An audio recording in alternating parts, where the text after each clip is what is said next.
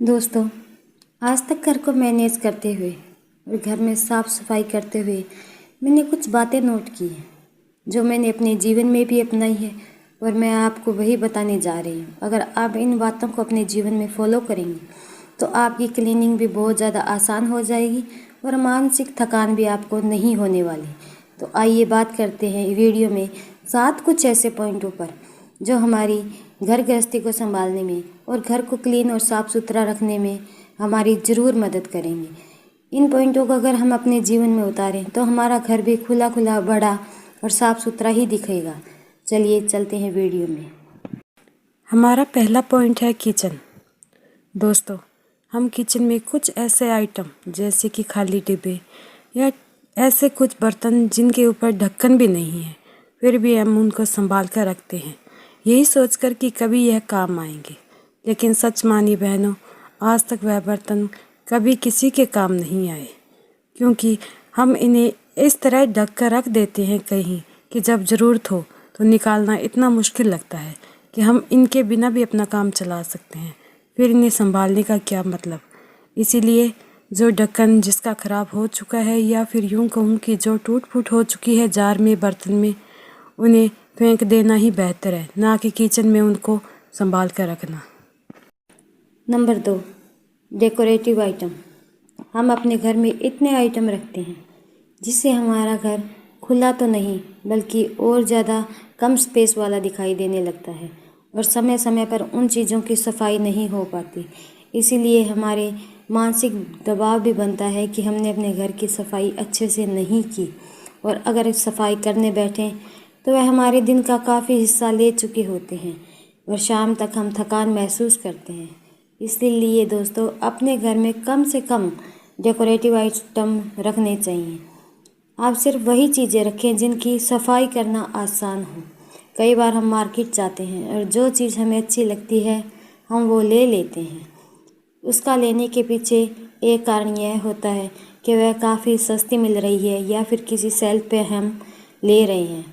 लेकिन सोचिए, अगर आपके घर को उस चीज़ की ज़रूरत नहीं है तो वह आपके घर में सिर्फ और सिर्फ स्पेस ही कैरी करेगी, वह आपको खुशी तो बिल्कुल भी नहीं देने वाली। चौथा पॉइंट आज का हमारा है बच्चों के खिलौने। अक्सर बच्चे खेलते हैं, हम उन्हें कितने भी खिलौने ला कर दें लेकिन वो उन खिलौनों को तोड़े बगैर नहीं रहते। उनमें कोई न कोई टूट फूट ज़रूर कर देते हैं। इसीलिए वो सामान बिखर कर इतना हो जाता है कि वो बच्चों के खेलने के लायक तो बिल्कुल नहीं रहता और हम फिर क्या करते हैं कि उसी सामान को वापस किसी टोकरी में डाल कर रख देते हैं और सोचते हैं कि बच्चे दोबारा खेलेंगे। लेकिन सच ये है कि बच्चों का इंटरेस्ट अब उस सामान में नहीं रहा। इसलिए अगर आपके घर में छोटे बच्चे हैं और आपने भी मेरी तरह कुछ सामान इकट्ठा कर रखा है बच्चों के लिए, तो आज ही अगर वह डोनेट करने के लायक है तो डोनेट कर दीजिए या फिर उसे घर से बाहर तो ज़रूर कर दीजिए, क्योंकि वही सामान आपके घर को गंदा दिखाने वाला है। 5वां पॉइंट, बच्चों के कपड़े। हम हर महीने बच्चों के लिए नई शॉपिंग करते हैं, लेकिन सोचिए कि बच्चों की वह उम्र लंबे होने की, उनके बढ़ने की है और अगर हमने उस कपड़े को 2 से 3 महीनों तक यूज़ नहीं किया तो आपको पता है कि वह कपड़े बच्चे को कभी पूरे नहीं आएंगे और हम उन कपड़ों को अपनी अलमारी में सजाते रहते हैं और सोचते हैं कि यह हमारे बच्चों के छोटे होने की यादगार है। हम कल को ये बड़े होंगे तो इन्हें दिखाएंगे कि यह आपकी छोटी सी पैंट है, छोटा सा टॉप है। लेकिन आप सोचिए कि आप इसी तरह अगर अलमारी में उन सामान को जमा करते रहेंगे तो फिर एक दिन आपके घर की सफाई करना इतना मुश्किल हो जाएगा आपके लिए। और आप यह भी सोचिए कि अगर आपके बच्चों के कपड़े सही है, किसी के पहनने के लायक है, तो आप उसको डोनेट कर दीजिए, क्योंकि आपकी दी हुई चीज़ किसी के काम आए, इससे बड़ी अच्छी बात और क्या हो सकती है। इसीलिए बहनों, बच्चों के कपड़ों को संभाल कर रखना तो सबसे बड़ी बेवकूफ़ी ही होती है, क्योंकि बच्चे ना तो समय के साथ उतने ही रहेंगे जो कपड़े पहन सके और ना ही उन कपड़ों का ट्रेंड रहेगा। आने वाले वक्त में हर चीज़ बदलती हुई हमें दिखाई दे रही है। इसीलिए अगर वह कपड़े आज किसी के काम के हैं तो उन्हें डोनेट करना ही हमारी बुद्धिमानी है। पॉइंट नंबर 6 है बेडशीट। हम कहीं भी जाते हैं तो हमें जो बेडशीट, जो कुशन कवर हमें पसंद आते हैं हम वो ले लेते हैं, लेकिन सोचिए, अगर आपके घर में इन चीज़ों की ज़रूरत नहीं है, अगर एक्स्ट्रा कुशन आपके घर में नहीं चाहिए, तो फिर व्यर्थ पैसे बर्बाद करने में तो कोई फ़ायदा नहीं है। अगर आपके घर में पहले से ही बेडशीट है जो कि आप हर रोज़ बदल कर बेड पर बिछाती हैं, फिर भी आपको बेडशीट की ज़रूरत महसूस नहीं हो रही, तो फिर ये नई बेडशीट लेने का तो सवाल ही खड़ा नहीं होता।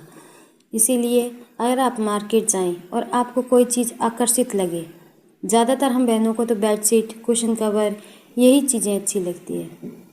तो बहनों, हमें इन चीज़ों को लेने से पहले एक बार तो सोचना चाहिए कि क्या ये हमारे काम की है या फिर अभी हमें इनकी ज़रूरत है। अगर उस समय आपको उस चीज़ की ज़रूरत नहीं है तो उस पर पैसे बर्बाद नहीं करने चाहिए। मेरी पहले यह आदत होती थी, मैं कहीं भी जाती थी तो मुझे मार्केट में पहले यही शौक़ होता था कि मैं बेडशीट लेकर आऊँगी या घर में नए कुशन कवर लेकर आऊँगी। लेकिन धीरे धीरे समय के साथ और बच्चों के साथ यह सब संभालना मुझे मुश्किल लगने लगा।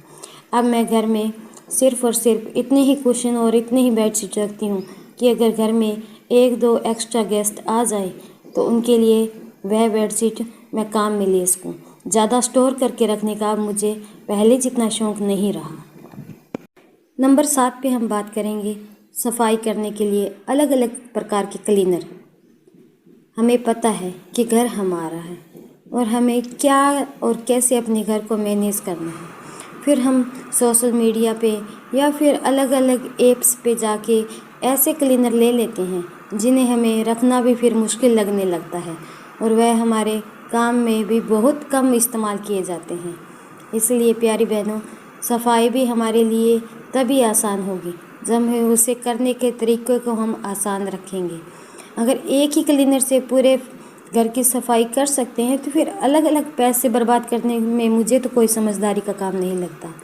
हाँ, मैं मानती हूँ कि कुछ समय में मेरी ये आदत चेंज हुई है। पहले मुझे भी लगता था कि फ्रिज क्लीन करने के लिए अलग क्लीनर होना चाहिए या फिर गैस चूल्हा साफ़ करने के लिए, फर्नीचर साफ़ करने के लिए, लेकिन अब मुझे ये बात अच्छी तरह से समझ आ चुकी है कि यह क्लीनर सफाई में हमारे जितनी मदद करेंगे उतने ही इनको मैनेज करके रखने में हमें उतनी ही मेहनत करनी पड़ेगी। इसीलिए जीवन में अगर सफाई या फिर किसी भी काम को मैनेज करना है तो उसके लिए अगर तरीका सरल हो तो उतना ही हमारे लिए भी आसान ही रहता है। तो बहनों, यह थी आज की कुछ ऐसी पॉइंटों पे हमारी बात जो हमारे घर को साफ़ सुथरा रखने में हमारी मदद ज़रूर करेगी।